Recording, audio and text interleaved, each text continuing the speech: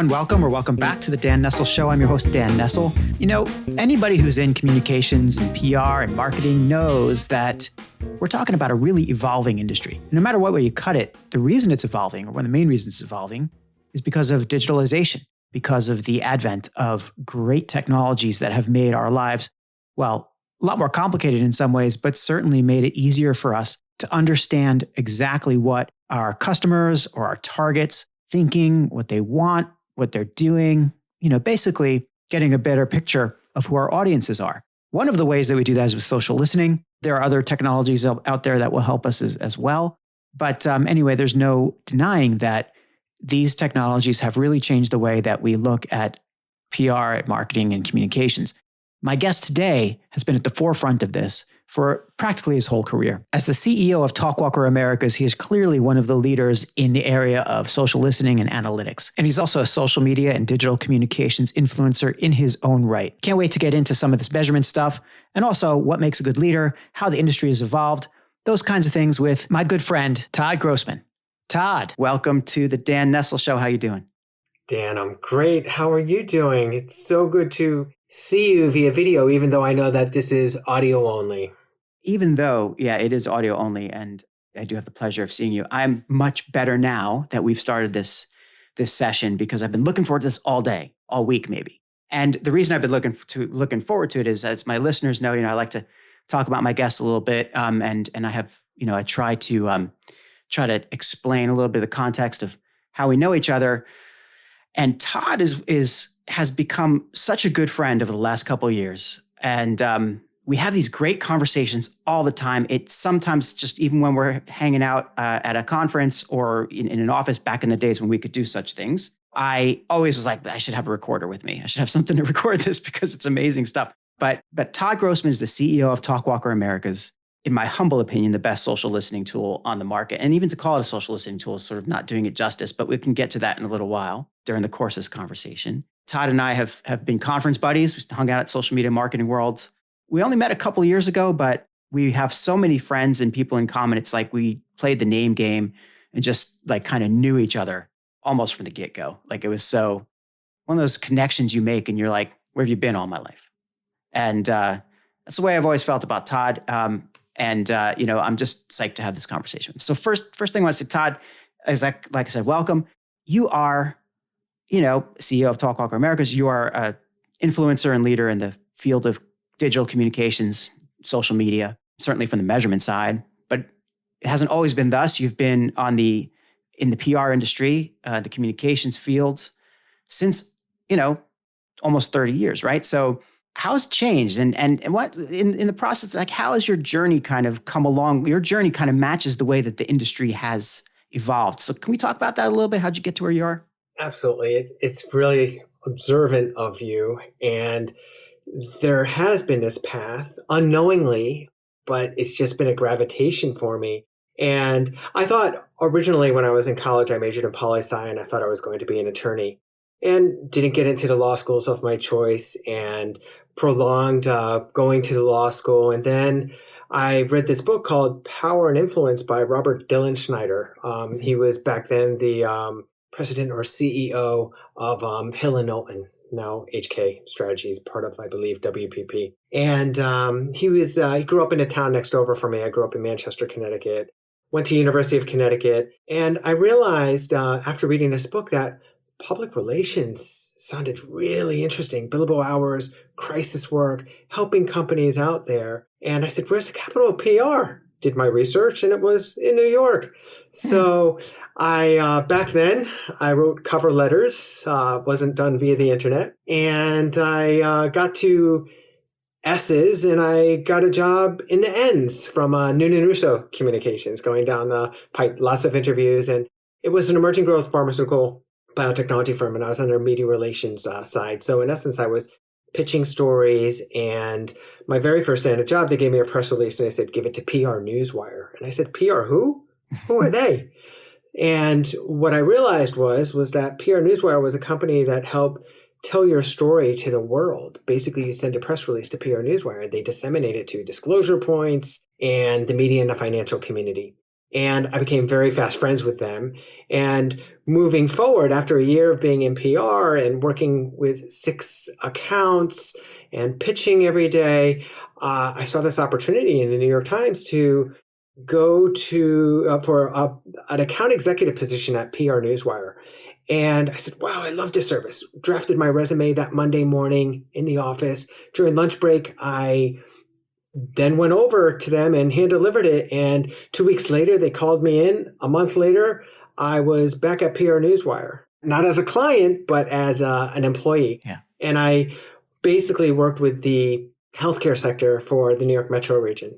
I was there for 18 years and I had 7 different roles there. My last role there was in their television multimedia production distribution arm. And PR Newswire was always a company that tried to provide services surrounding a press release. And I always gravitated towards those areas that were, quote unquote, the sexy side of the business, where it was innovating.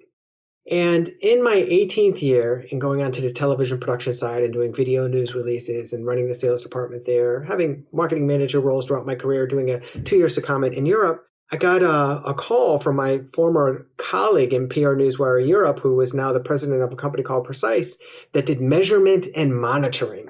He said, Todd, we want to open up an office in the US, and we know you, and we think it could be really interesting opportunity. So I said, wow, I'm missing measurement and monitoring. At PR Newswire, we sprayed and prayed and hoped that it got picked up. But if we can now show clients like results in terms of what's happening and monitoring and alerts in real time and stuff like that, and creating very insightful reports, that could be really interesting. So I jumped on over to them, and I had a great 2 years there. In my second year there, we were owned by a private equity firm.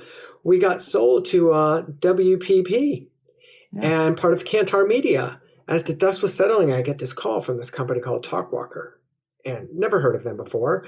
The co-founder, Christopher, reaches out to me via LinkedIn and says, we like your background and we see a really interesting opportunity in New York for you. Would you like to learn a little bit more? And I said, sure. So when we had our first call, I said, Todd, have you heard of Talkwalker? And I said, no, what do you guys do? And he says, we're online social listening company. And we are winning business from all these competitors that he mentioned. And I said, really? We work with some of those at my company, Precise. Like, I never heard of you guys. And he said, oh, we have 500 brands and agencies that are working with us in Europe, and we'd like to tell you more. So I looked underneath the hood. I had my inner circle look underneath the hood. I went over to Luxembourg to meet the guys, fell in love with them and the technology. And I was employee number 1 at Talkwalker 6 years ago last week. And it has been the fastest ride. Now we have 87 plus here in the US office. And we're still growing and hiring. And for those listeners out there who are interested in this type of company, please go into talkwalker.com/careers and take a look at what we have and contact me directly. And if there isn't a position here, I'm one of those guys that spend about 5 to 10% of my day just helping other people find jobs and posting things and making those connections and networking and having those conversations. And I gravitated towards a growing business that specializes in AI, doing social insights. But what that really means is we're in the business of conversational intelligence, the voice of the customer. And it isn't just social, it's review websites, it's survey data that can be integrated into our open framework platform. So we're really helping customers get intelligence to make very impactful decisions. That's in a bit of a nutshell, Dan. It's a big nutshell. And as somebody who has been, well, full disclosure, a client of Todd's in the past, and certainly a fan of Talkwalker and the platform, the measurement capabilities can be a game changer for the right client, for the right marketing or communications team, just to see what's going on, especially if you're on the brand side, any consumer, B2B, it doesn't matter. The kinds of behaviors that people have through social media, through all of their online behavior. And when we say social media, I mean, that's kind of where it started, but you're really measuring all the fire hose that you're drinking from is crazy. Like you're measuring 150 million sites or something like that, right? Is it more now? 150 million websites in 187 different languages, including full Twitter, Firehose, YouTube, Instagram, Reddit, Facebook, and hundreds of thousands of blogs, news, and forums. If it's public, we can get it, and we can add to that as well. It's very sophisticated and advanced in terms of what we can build on top of the platform.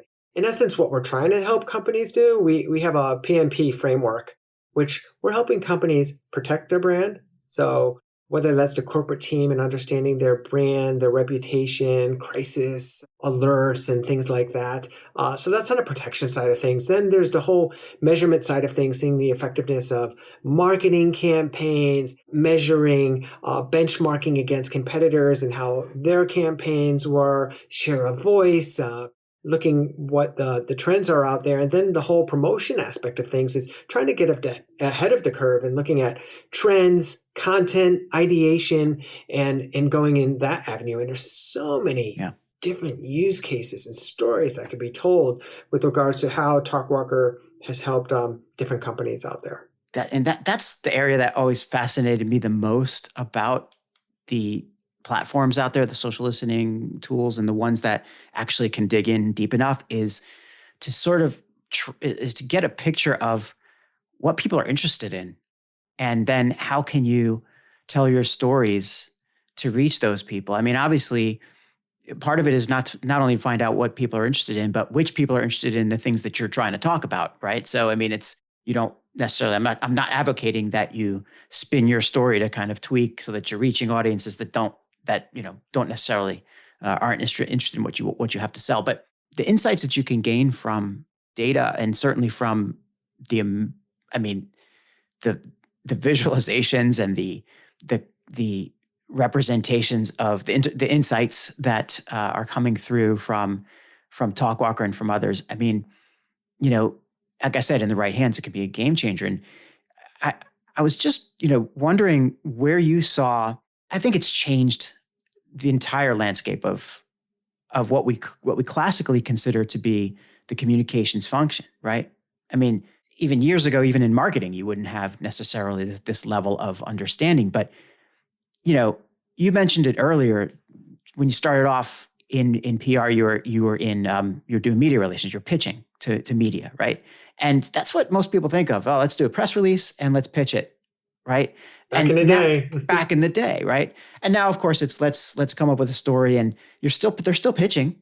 It's just a matter of how getting in front of the right journalists or the right media is a lot more of a precise, Yeah. or it could be a lot more precise with tools like Talkwalker at your hand as well. Yeah. I mean, you could use it that way. And who is the media? Is it the influencers now? Like there's a lot of megaphones out there, and it's not easy for a CMO or a communicator these days in terms of all the different things that they have to look out for. Yeah, and cutting through that noise and figuring out what's important is another thing that you need assistance with. And something came up in conversation yesterday. I was on the new platform, the new it tool, Clubhouse. Have you been on Clubhouse yet, Todd? Yes. I have not been on, but every day I'm hearing about Clubhouse. I haven't been on a Yeah. group yet, and I think I may actually have an employee that we're hiring due to a friend who was on Clubhouse, and it was a walking and talking Clubhouse. And Hmm. these two people from different countries were talking, and we're hiring someone in Luxembourg. And my U.S. friend introduced me to someone who she met on Clubhouse, and now she's going to be talking to our team in Luxembourg from Sweden who wants to move to Luxembourg. Yet another Clubhouse miracle. It's the kind of thing I hear about all the time. But I popped into this room. People start these chat rooms and with different topics, and they flow through your feed, and you choose where you want to go. And I jumped into this one about the digitalization of PR, and communications moving forward. What does the future look like? Yes. And it drifted towards AI. And I know this is something that is core to what Talkwalker is doing. My argument was that, you know, the people connecting with people, the people storytelling part of this whole thing is always going to be in the hands of humans, because only we can tell stories the way humans can tell stories. I mean, yes, there's plenty of AI driven content out there, but it doesn't make them good stories, you know.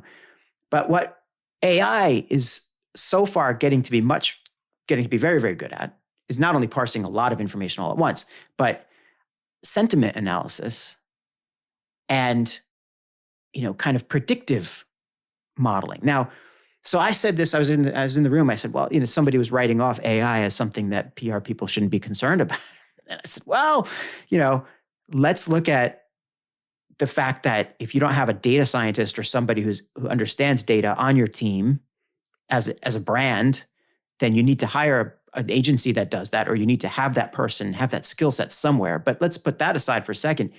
Look at what's happening here with sentiment analysis, even alone, especially in these days when almost 90% of news is negative or extreme in some way. So, that's just one way that the whole industry has changed since your days at PR Newswire. PR Newswire itself even evolved into a whole different, had a whole new set of offerings as I recall. Yeah. The AI is so phenomenal that with sentiment analysis, we do sentiment analysis in 90 plus different languages. A couple of years ago, it was only 30, and that was like better than anyone out there. The other ones were like 10 to 12, our competitors. Now we're past 90, and we're above 90% in terms of accuracy in what we have. That's a phenomenal figure. However, a wise agency friend of mine once said, and he goes on stage and he talks about sentiment. It's a metric. It's important to understand where things are.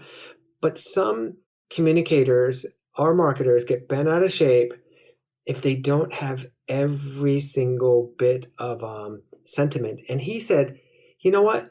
If I just look at 10 to 20% of those influencers or media that matter the most, and I measure the sentiment on that, I'm good with that. Mm-hmm. And as long as I know that that sentiment is accurate, then I can pretty much feel comfortable in terms of where I am. So he never got caught up on that. Well, it's, it's where does the real value of it come from? If you sell into a company, or if you are an internal, like a marketing leader or communications leader, and you're telling your boss, hey, by the way, there's this great thing, and it can tell you exactly what people are feeling down to the very last article, then you're putting yourself in a little bind, I think there. Yeah. But if you using the various outputs as to paint an overall picture that shows either progress or lack thereof, or like some kind of like the insights, that's what you're really looking for from these tools that can then inform your strategy moving forward. Yeah, imagine if you're a CPG company and you want to understand purchase intent. Sure, people love your product and they're talking great things about it, but why are they buying? How are they buying it? And being able to filter down within a platform to be able to understand the purchase intent with regards to your product, or understanding the insights in a particular food item that talks about the ingredients or flavor or taste within it, and being able to build on that, and all of a sudden things are snowballing in a great way and you're getting conversation about this, or understanding the product pairing through image recognition through AI. In doing that, we had one company in Italy. It was an Italian pizza chain that wanted to open up markets throughout Europe, and they wanted to understand the best markets where to do it, where they would maximize their revenue for these chains. And we looked at image of pizza, conversations. Did they have beer next to it? Wine? Were they eating indoors or outdoors? And they were able to create 10 locations just based on that intelligence. It's phenomenal and clever in using the platform. And we're going to see more and more of that as time goes on too. I mean, just the way that people are using the platform, and the way that, changing the way that PR people, and marketers need to behave. So what do you think are like the main qualities of, given that the landscape has changed so much, and given that people are, that people are expected to see these insights, or should be looking at, insights and data-driven decision-making more, what makes a good, let's just say, in-house kind of PR or marketing communications leader? So I'll give a comms example and I'll give a marketing example. From a comms example, imagine you are the CCO for a company and your CEO is delivering a lot of jargon in their annual reports and their statements and really isn't connecting in the messages that they want to do. So imagine being able to be proactive and understanding the top 25 keywords that the CEO is using in his or her speeches and doing an analysis on that compared to what other CEOs in the industry are using and seeing how that resonates. So you can actually create a whole plan about the messaging and the speak in which the CEO is resonating with its audience just by doing analysis on their speeches and interviews. Easy to do.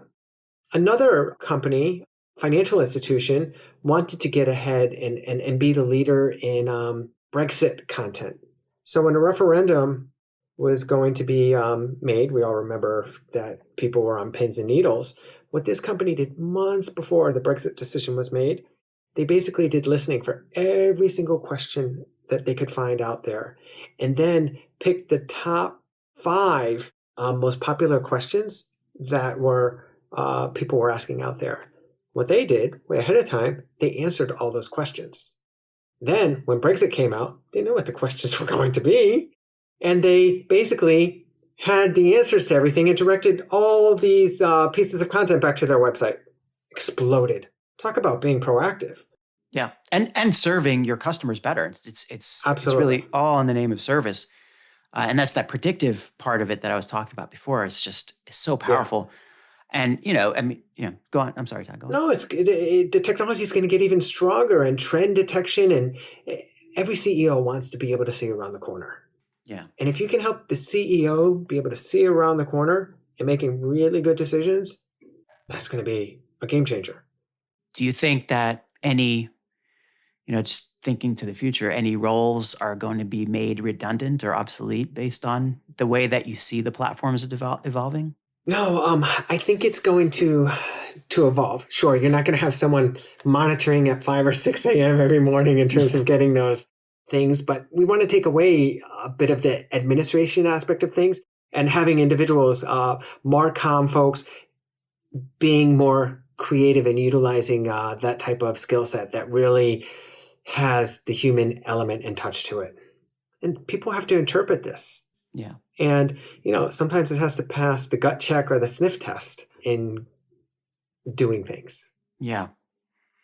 I like that. It's just the gut check part of it, the sniff test, it's a very instinctive part of leadership that is never, that is, again, it's purely human. And, tools are tools, right? They're meant to be implements that you can use to further yourself, to complete a task faster, more efficiently, and then so that you can focus more on the higher value chain activities, right? Whether it's a wrench, a hammer, or a very, very extensive software platform, and I'm not belittling Talkwalker at all by comparing it to a hammer. Sometimes we need Of a hammer. course. But look, part of the reason that you're so steeped in this, of course, is because you were employee number one. You've been running the company now for 5 years, almost 6, Yep.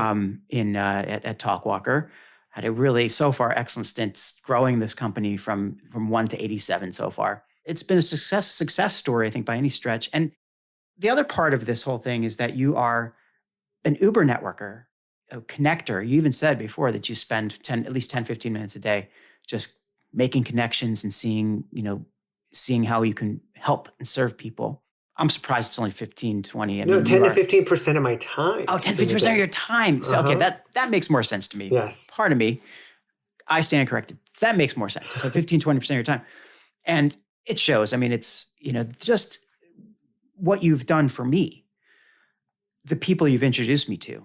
There will be at least 1 or 2 podcast guests coming out of those folks that you've introduced me to, by the way, Todd. And, when we go to these conferences, Todd helps me rub shoulders with some of the glitterati at these in our field. I mean, very few people have been in the social media space as long as we have, and it's not that we're that old, although we are of No. an age.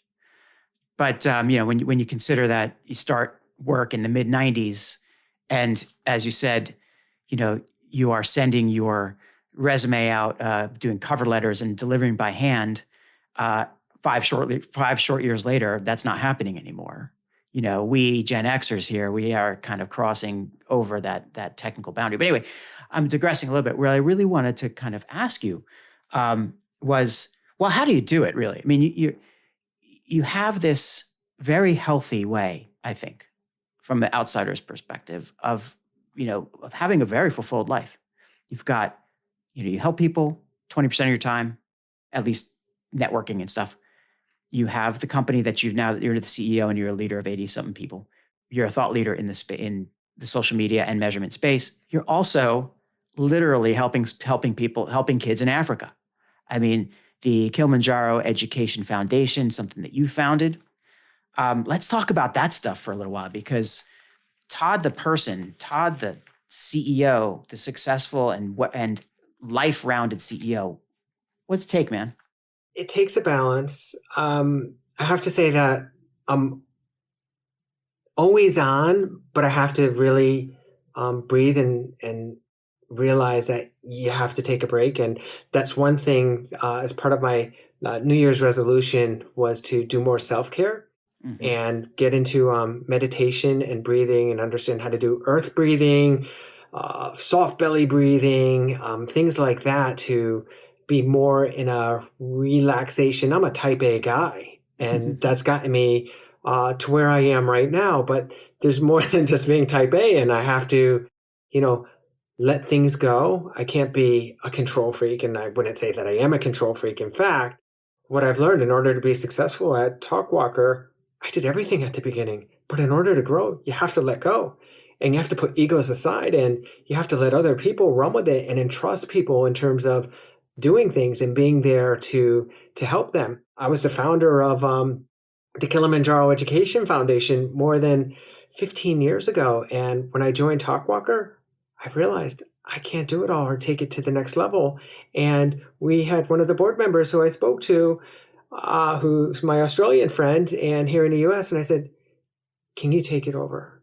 Well, I'll nominate you to run it and I'll work for you. So I know my limitations. Mm-hmm. And now I like taking orders from her. And we just had a coffee this morning to catch up, social distance, of course. Yeah. And it's just a pleasure to being able to work with good people. So surrounding yourself with good people who you can trust is key. And knowing your limitations, knowing during COVID, I've been sleeping a lot more. Mm-hmm. When I was on the go and having to commute, which wasn't that much, or going to the gym, I haven't gone to the gym in almost a year now. And that was part of my regime every morning, waking up at 4:45 every morning. Now I can wake up at 4:45 and have no problems, but sometimes I'll sleep till like 6:30 now. That's late for me. Yeah. And I found different ways of working out or doing the outdoors. I'm a real outdoors guy, and I've just really liked the balance in terms of I'm passionate about everything that I do, from family to Yeah. work to helping others. Well, I mean, anybody who knows you knows that's true. I was talking with one of our mutual friends recently about with Patrice Tanaka Oh, a little bit my about ballroom dancing partner. that's exactly what I was going. I mean, somewhere in all of this ballroom dancing popped up, and I'm like, that too. That really, I knew this guy back in my days in Japan, and he was like our little ringleader in our region. I lived in a very rural part of Japan called Owase in Mie Prefecture, and just for anybody out there who wants to know, and in within a I don't know, maybe 10 or 20 kilometer radius, there were about a half a dozen non-Japanese youngsters. We were only in our early 20s at the time. And it was a fantastic way to get into Japan. I learned so much about the culture. I made so many Japanese friends. And, we never really thought that we were kind of, separate from everybody. We felt like we were part of that whole community. And yet we hung out together all the time. Right. So, but where I was going with this is my friend was a lot like you, where we would be, he was teaching, 20, 30, 40 hours a week, sometimes like just grabbing more and more and more teaching opportunities, biking 100 kilometers on a Saturday and on a Sunday. Then, as all this stuff is going on, he's getting us into weightlifting. So we're doing weight training. We're then starting to go swimming in the ocean. And then he's like, okay, we're going to start kendo. And then it turns out that he's already like a first or second degree black belt in 3 different disciplines. Oh my Yeah. gosh. And by the way, he can play golf with no handicap. Oh yeah. And then you learn, okay, yes, he's a champion canoeer or kayaker. It's like just the hits keep on coming. And that's almost the feeling I get with you, Todd. Every time I peel back a layer of the onion, it's okay, now you're a ballroom dancing guy. I mean, you start the charity for children in Africa. You're a CEO of a killer company, and you're an outdoorsman. You're a health concerned person. You're in good shape, and you're a ballroom dancer too. Fitting it all in is still astounding to me. How, I don't understand how. And you talked about balance, and that's the word that sort of tripped me up a little bit, because balance to me means when you start to do one thing, it's like a scale. So one thing goes up and the other goes down, or one thing goes down and the other goes up. And it sort of feels like Yes. it means that there's a fixed amount Yeah. with you. Yeah. I mean, So every year, mhm. it's like a balance wheel that I do. You can go online and Google it. It's the life wheel or wheel of life. I call it the balance wheel. And you basically can rate yourself 1 through 10, where you feel this year on health, or you do it every quarter. I do it every year. Where you are in health, spiritual, relationships, money, job, and it's all your satisfaction. And it's never going to be the same across the board. It's going to go ups and downs, and it's going to be like a sprocket. And what you can do every year or quarter is you're going to focus on those. You pick 2 that are on the lower ones, and you're like, this is what I'm going to focus on. So this year, for the first time ever, health wise, I broke it into 2: Oh, mental and physical. good idea. Physical, I'm like at a 9. I mean, during COVID, I've been nonstop consistent doing my P90X, my stretching, my flexibility, my yoga is just like incredible. Damn. But mentally, holy cow, I've been down, and just the little hair that I have left, letting down my hair. There are days where I'm like, gosh, I wish I was in the office seeing my people, and there could be sadness there, or being home all the time. And, I have to take good self-care from a mental standpoint. So I gave myself a lower number on that. So in terms of health, usually I'm always off the charts, but I want to do good self-care. That's one of my resolutions, and do more reading this year than I did last year, and making an effort. So that's the mental side of things. So I try to work on those things each year to balance this wheel that I have. And then I'm very focused in terms of trying to do things. And I mix business with pleasure. And Patrice is in the PR industry. I was in the PR industry and work with PR professionals. She likes ballroom dancing. I like ballroom dancing. We got introduced by a mutual friend, and it's good energy with good people. So just a lot of crossover in certain things. I like the way that you're just kind of keeping it and changing all the time. Absolutely. I think a lot of us get this idea that there's a fixed kind of set of stuff that you have to do. I have to get this done. I have to get this done. I have to get this done. And once you start talking in terms of have to, it's over. It's speaking with an awesome coach the other day who just called me out on this have to, need to nonsense. If you have to do something, you're not going to do it. You're not going to want to do it. You should want to. It's about, do you want to do it? Do you get to do it? Are you blessed to do it? It's these incredible motivators that are either internal or external. If they're external, it's not going to, if you need to, it's an external, and, it's not as meaningful to you. So, looking for that balance, as you said, but looking to get that sort of more well-rounded life, or that rewarding life, I suppose. It sounds to me that you are of this kind of like this mindset where, you get to do these great things and you embrace that rather than saying I have to or I need to. Right. Well, one of my things is I want to live a long life and a healthy life. I want to be around for my children, and that's motivating for me. And one of my friends, he was about 165 pounds, shot up to 195, Ooh, was ready to take medication, cholesterol was high, this and that. And over the summer, during COVID, this past summer in August, it was in August, we were having a call, and he said, Todd, I'm now at 150 pounds. ooh, Like, how did you lose all that weight? He said, well, I've been watching what I've been eating, but I do some intermittent fasting, and I don't eat for 3 days. I do a 3-day fast once a month, and he's been doing it for 6 months. And my I lord. said, how Mm. is that possible? He's like, yeah, I'm allowed to drink water, black tea, or coffee. And I said, you know what? Sounds really interesting. I'm not overweight, but I can lose 10 pounds maybe and feel really fit, so to say. So I said, you know what? I just had lunch. I'm going to try it right now, cold turkey, not even think about it.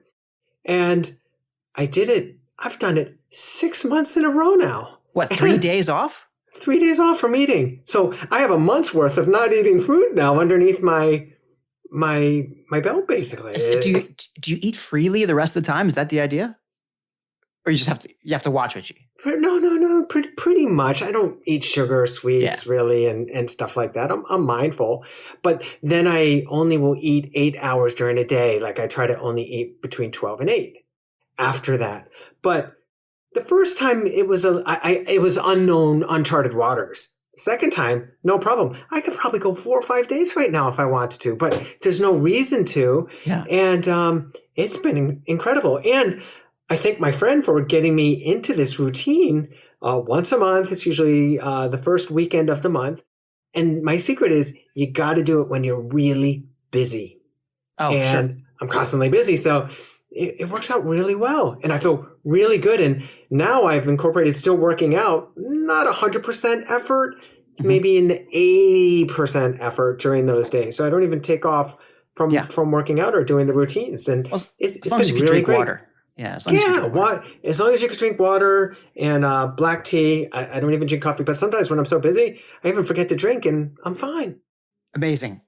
What does your staff think about this? I mean, do you share this with your? Some know because I've been sitting down sometimes when I come into the office at voluntary basis right now here in Yeah. New York, and there are some days where it happens to be like I'm in my second or first day, and I'll bring in lunch, and I'm just sipping seltzer while they're eating, but I don't miss it, and they're like, wow, they don't think I'm crazy. Yeah. And they're like, oh, maybe I should try that or something. I'm like, oh, maybe you just do a day or 2 days and you see where it goes. But they never know that it doesn't look like I'm struggling or Mhm. I'm not lucid. Like I have tons of energy and I'm on. No problem.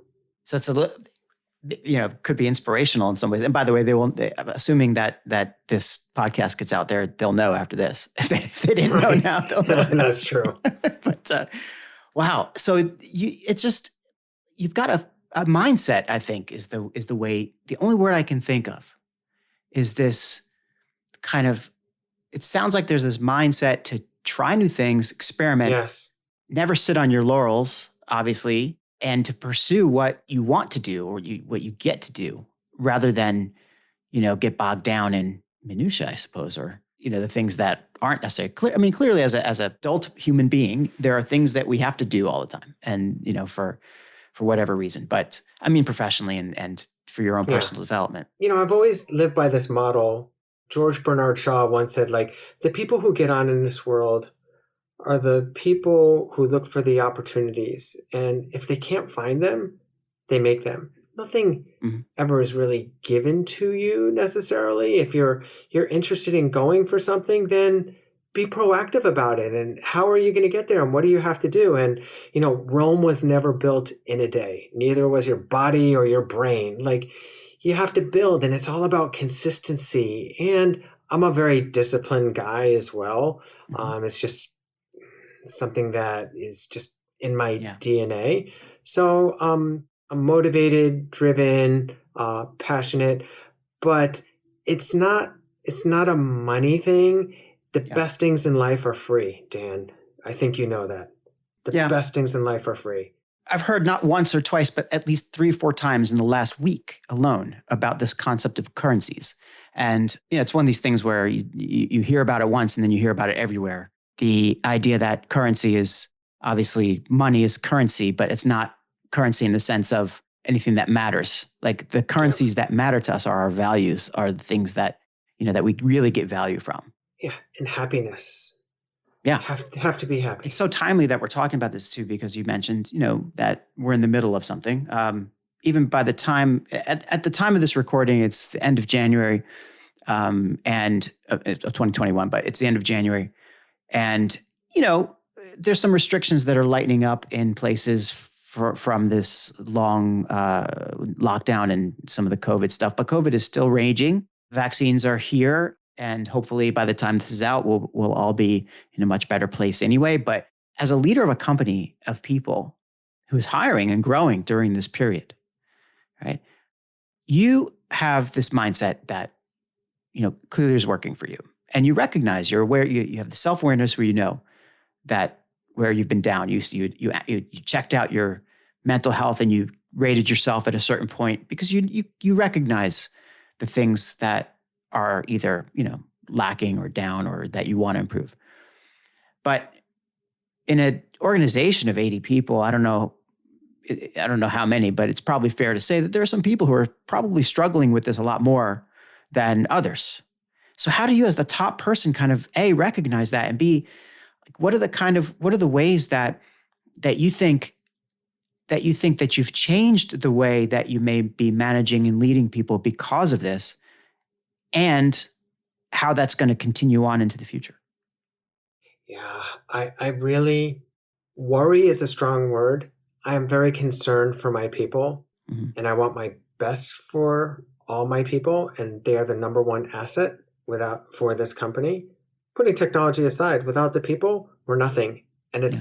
it's important for our people to be happy. And when people are happy, our customers will be happy. And if we provide a good service, when was the last time a customer would leave a happy situation if they're Yeah. getting what they need?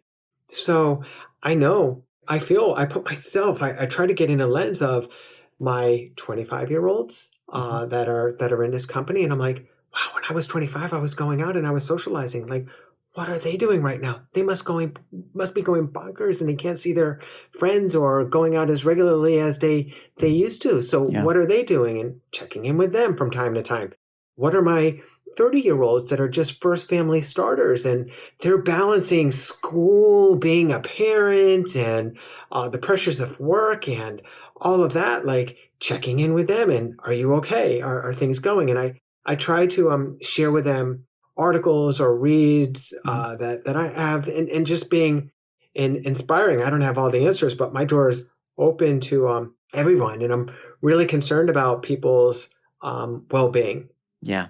Number one, it's critical and it's important, and it's uneasy times, and there's probably a lot of anxiety out there, as well as perhaps depression. But then there's opportunities of these silver lining COVID stories, and we have to Yeah. try to celebrate and share those as well among the team. So I try to inspire this culture that we had so great when we were coming in, but now there's this other culture, and I think of ways and how we could improve or build on our culture. And I'm not in charge of happiness, so to say, within Yeah. our office. It's about the employees and what you want to make of it. And we're open to suggestions and ideas. It's your company Yeah. in terms of doing things. So you open it up to the floor. That's pretty brave. Absolutely. Yeah.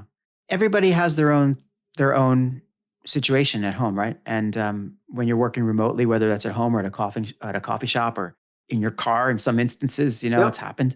There are things to deal with. There's distractions. There's technical glitches. There's loneliness. There's dogs, babies. You know, Hmm. as you know, I mean, it's family is a present is there. So it's not how you can how you to me it's not once I got to the point where I decided or figured out, okay, it's not how I can separate myself from my family so I can keep the distractions clear. That's not it. It's how I can work and include my family in my life, at the same time through open communication that makes things a lot easier. Now, obviously, my kids will come in or knock on the door. They're older now. Older. They're teenagers. They're not like little kids. They're teenagers, so they know, they know to leave me alone. But generally speaking, it's like I found that at the beginning of the whole situation, you know, probably like many people, I was just like, okay, I need to set some rules. But maybe those wasn't great to set so many solid rules, So you got to figure out as everybody's going through their own thing. My kids are going through their thing. I'm going through my thing. But what's interesting about this whole COVID thing, I think, is this explosion among many people, not all, but this explosion of kind of reinvention, pivoting, creativity. These words happen all the time. And I think organizations that recognize that and embrace it moving forward are going to keep their people and keep them happy. Yes. Whereas organizations that are like, okay, this is temporary, you're getting back to the office as soon as we're done, are going to be in some serious trouble. Be careful. We can't go backwards. Yeah. Exactly. We have to really be open-minded. We won't be the leaders in this area. We'll wait and see and be thoughtful. Right now, we told our folks, don't plan on coming back into the office. It's all voluntary until possibly June. But guess what? That dial may move, but at least we're giving them 6 months to plan. Should I renew my lease? Should I not renew my lease? Where do I want to work right now? And it's all about trust as well. Yeah. And we have to think about what's the plan in terms of going back in some shape or form, because we want to come back and we want to have collaborative. I'd say about 30% want flexibility all the time, or work from home from all the time. Another 30% want to be in the office 100% of the time. Another 30% never want to be back in the office. So we're going to have to try to accommodate all of that. But I've seen some of these industries, and without giving names or professions, they're like hammering it down. You must come in right now, when it's not an essential job. Yeah. Classified as essential worker. Yeah. I think those industries are going to bleed people when the too. market opens up. I mean, I hope they do, because people don't deserve to be treated that way. It's an interesting, world that we're going to be looking at. What's the landscape going to be? Even by the time this is aired, what's the landscape going to be looking like? We don't even know. It's just the fact that we've proven, for those of us who are in knowledge-based work, we've proven that we can work from many different locations. Thankfully, because of the technology we have and because of all stuff. Absolutely. But should we? That's the question. And I think I'm really, really, I feel like it has been a difficult year, but the outcome has been an incredible boon to me in terms of my creativity and in terms of just coming to grips with the fact that I have the podcast now, for example, but other projects that I would never have done, or I would have continued to procrastinate on or something, if I was traveling 80% of my time, which I was doing before this hit. If I was always on airplanes and going to conferences, and believe me, I love going to conferences. The last conference I went to, maybe forever, was with you, Todd, and thank God it was, because if my last memory of a conference is sitting down for a great dinner with great people, and then like spending 2-3 days where I'm just like, hey, Todd, let's sit down, and did you meet this guy? And let's introduce each other to this guy. And oh, thanks for the book. Like everything. No, that's great. Yeah, we sat next to each other watching David Meerman Scott on stage. Indeed, we did. Because David Meerman Scott, holy moly! Fanocracy. You're listening, David. He's what a great guy. Hopefully, you'll get him on the show one of these days. One of these days, he's the new rules of marketing PR, and still, I think, the most influential book I've ever read for my field. Almost 20 years ago. Yep. But yeah, I digress a little bit. I mean, in fact, David, the new rules is a good thing to think about for what's happening now. What are the new rules of the post-vaccine world? Maybe something to think about. I hear from my friends, colleagues, clients within the industry that when COVID was coming about and people had their plans for the remainder of 2020, basically we were saying, forget what you knew, we're starting fresh. Throw out the playbook, it's gone. You have to transform. or innovate. I mean, is there any particular way that you guys are looking at your customer base or your sales without revealing any big secrets, with looking at the your strategy, your sales strategy for the future, how to get Talkwalker in front of more people, that has really changed because of COVID? Or are you still following, what counted before?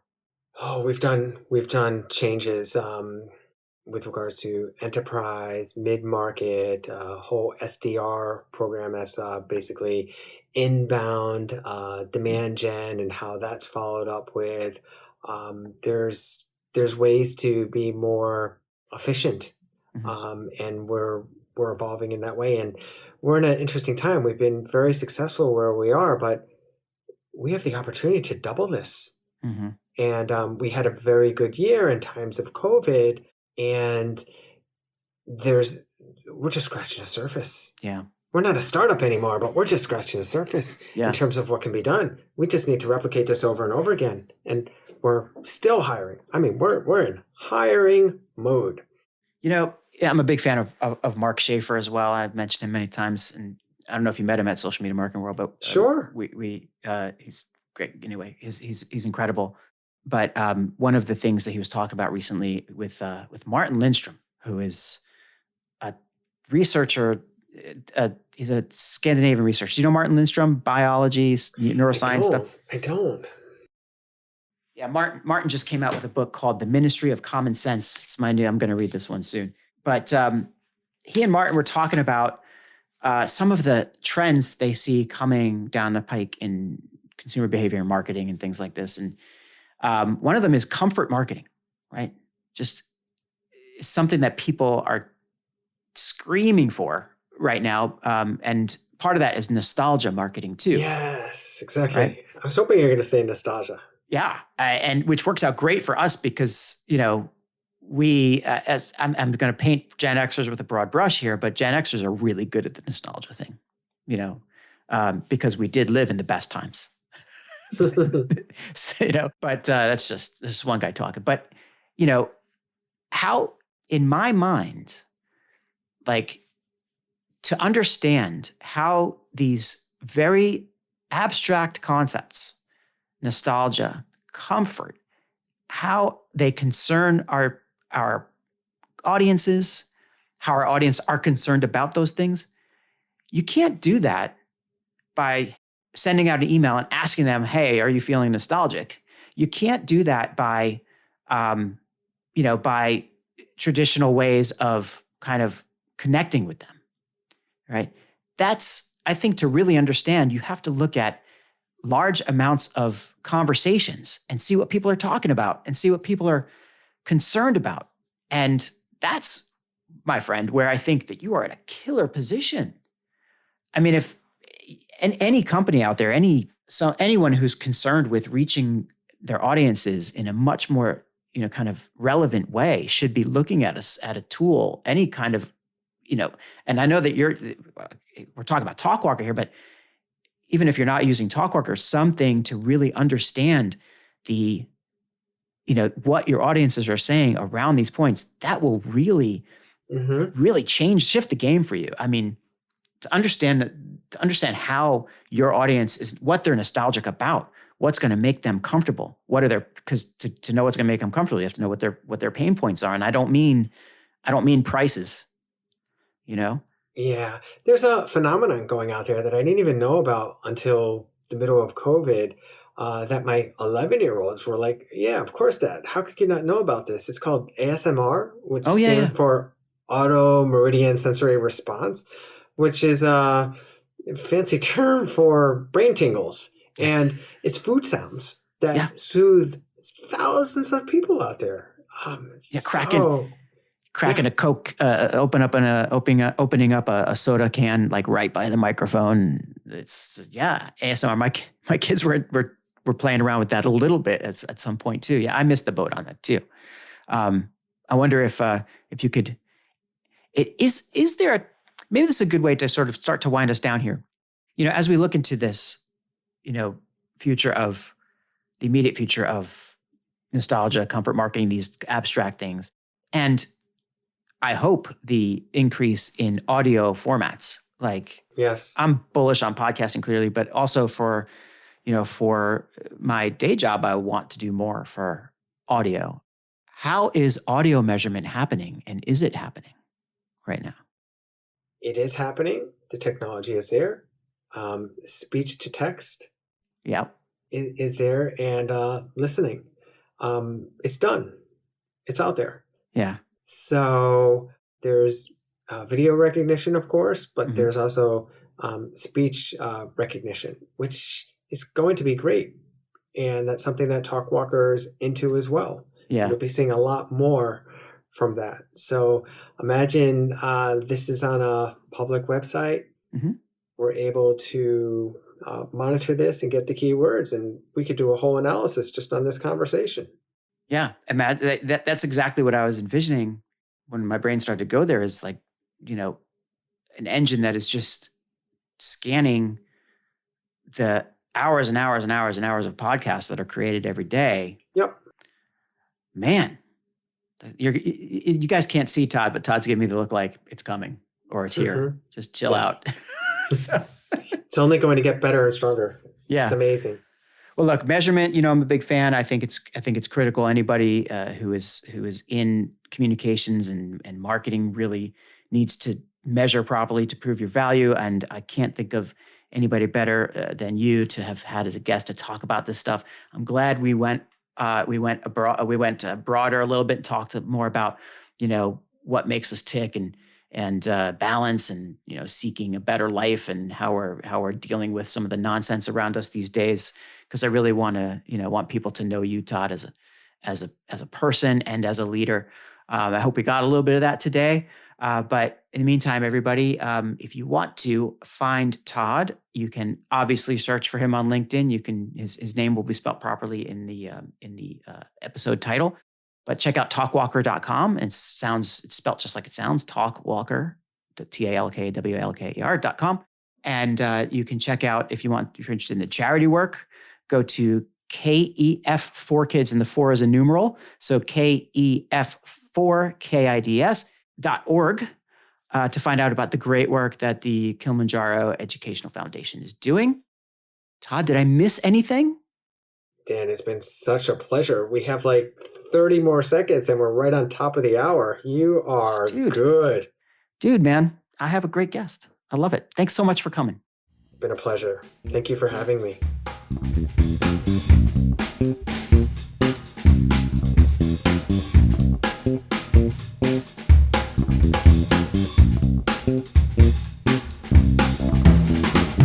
If you enjoyed this episode of The Dan Nessel Show, please head on over to iTunes, Spotify, Google Podcasts, or the podcast player of your choice to subscribe, rate, and leave a review. And please don't forget to spread the word. Thanks for listening.